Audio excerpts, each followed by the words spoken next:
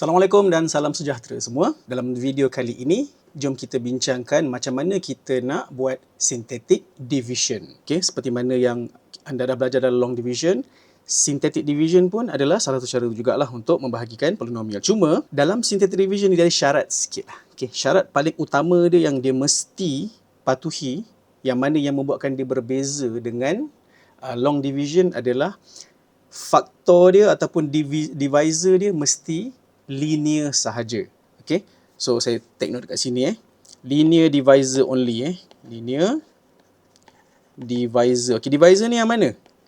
Divisor ni yang kalau kita bahagikan polynomial, contohnya lah kita ada x kuasa 3 tambah 2x kuasa 2 tambah 4 contoh over, okay, ni linear, x tolak 2. Okay, so yang ni memang tak ada masalah, boleh. Tapi let's say lah, okay, kalau kita ada contoh yang lebih kurang macam ni. Okay, tapi kali ni kita punya contoh ni, dia punya bawah tu adalah x kuasa 2 tolak 2 contohnya.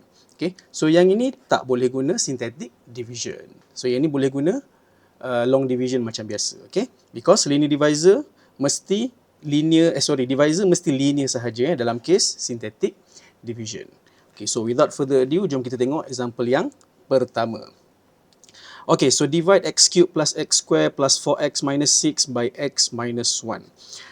Okay, so dalam soalan ni dia very general. Dia just kata divide ni dengan ni. Okay, so let's say dalam exam keluar soalan macam ni tanpa mengarahkan anda untuk guna certain method, you are free to choose nak guna long division ataupun synthetic division. Tak ada masalah.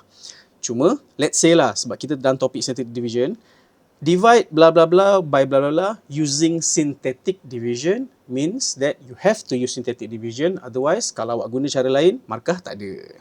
Okay, so dalam kaedah synthetic division, our concern is on the coefficient. We just look for the coefficient. So, cara kita nak buat synthetic division ni, first kita construct dia dengan kita tulis kotak macam L ni besar-besar. Ni, lepas tu macam ni. Pandai-pandai bajet lah, panjang mana. So, the height of this vertical line is enough untuk awak masukkan dua line equation. Okay? Ada satu baris dengan ada baris kedua. Okay? So, untuk baris pertama, yang ini, apa yang kita akan isi adalah all the coefficients of this polynomial. Okay? So, contohnya x cube, coefficient dia adalah 1. Lepas tu, x square, coefficientnya adalah 1. 4x, coefficientnya adalah 4. Dan last sekali, yang belakang sekali adalah negatif 6. So, make sure untuk leave some space between the coefficient supaya awak tak terconfuse. Ini 1 ke 11, ini 1 ke 14 and so on. Okay? So that, awak tengok kat sini. 1, 2, 3, 4. Kita pun ada 1, 2, 3, 4. Okay? Lepas tu, x minus 1 ni kita akan letak kat sini. Cuma, since bila kita guna synthetic division ni, kita takkan tulis dah dalam bentuk x. So, apa kita akan buat? This x minus 1 ni is basically kita tulis balik begini. X minus 1 equal to 0, maka x sama dengan 1. Okay, so this 1 yang kita akan letakkan di sini. Okay, so saya buat macam ni lah. Sekejap, panjang sangat Kita tukar arah sikit. So, ni. So, kita ada x minus 1 equal to 0, maka x equals to 1. So, yang x equals to 1 ni kita letak dekat sini. Okay, so, the very first step adalah kita bawa turun 1 ni dulu. So, 1. Okay. Kemudian, nombor yang ada kat sini, darabkan dengan ni. Yang ada nombor kat luar ni. Okay. So, 1 darab 1 adalah 1. Okay. So, between this operation, semuanya awak tambahkan aja. Okay. So, 1 plus 1 equals to 2. Okay. Seterusnya, 2 ni darab dengan 1 ni akan dapat 2 dekat sini. Okay. So, lepas tu kita ada apa? 4 tambah 2. So, we get 6. And this 6 pun sama juga. This 6 will multiply 1 here dan menggantikan tempat di sini.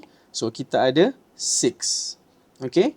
So, lepas tu kita ada negative 6 plus 6 akan dapat 0. Okay, so kat sini kita dapat this new equation kat bawah ni. Okay, how do we read this? Okay, so first, Ingat tak tadi masa kita masukkan yang atas ni, iaitu 1, 1, 4, negative 6 ni. Ni saya conteng je tau. Okay? So kat sini kita ada x cube, kita ada x square, kita ada x kuasa 1 dan kita ada x kuasa kosong. So untuk dia punya quotient kat bawah ni, iaitu hasil bahagi dia, lepas kita bahagikan pecahan pula, polinomial ni dengan ni, kita dapat ni. Okay? So logiknya, bila x kuasa 3 dibahagi dengan x kuasa 1, maka kuasa dia akan berkurang lah sebanyak 1. Okay? So dia akan jadi x kuasa 2. Therefore, dekat bawah ni, awak turunkan 1 power daripada sini. Okay? So kalau kita ada x cube dekat atas ni, yang ni, this one, maka yang dekat bawah ni, ini adalah x square. Yang ini adalah x kuasa 1. Yang ini adalah x kuasa kosong. Tapi ni apa pula? Okay. Yang belah kanan sekali ni adalah remainder. So this is remainder. Saya tulis dulu, nanti kita keluarkan jawapan dia. Okay. So this is remainder. So sebab kita nak tulis jawapan daripada sini, so saya ambil ni dulu. Saya buat pergi sebelah.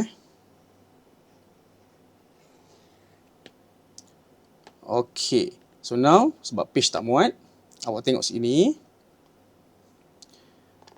Okay, yang ni atas ni saya padam je lah.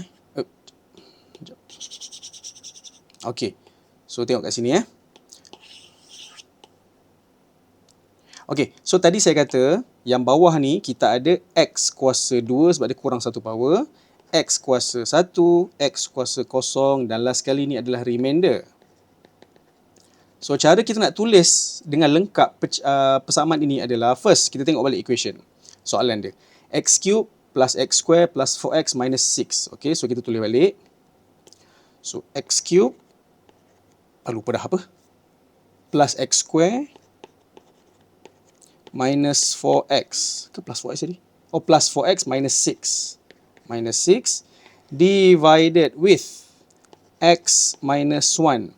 Kita akan dapat, basically kita dapat ni.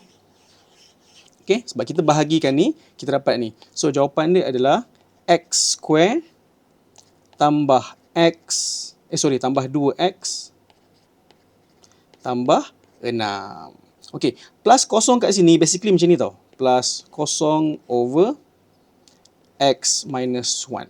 Okay, tapi sebab dia kosong, tak payah tulis pun tak apalah. Okay, cuma bentuk ni semua ni anda kena ingat standard form, apabila kita nak menulis jawapan ini, saya tuliskan kat sini standard form.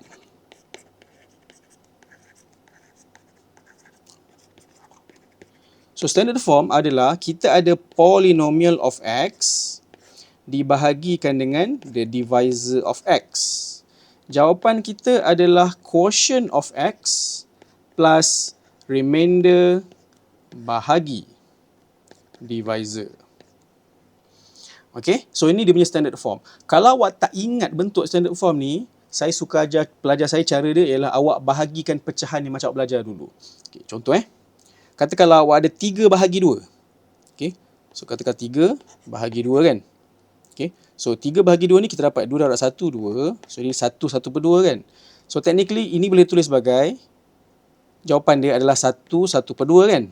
Ataupun 1 tambah 1 per 2.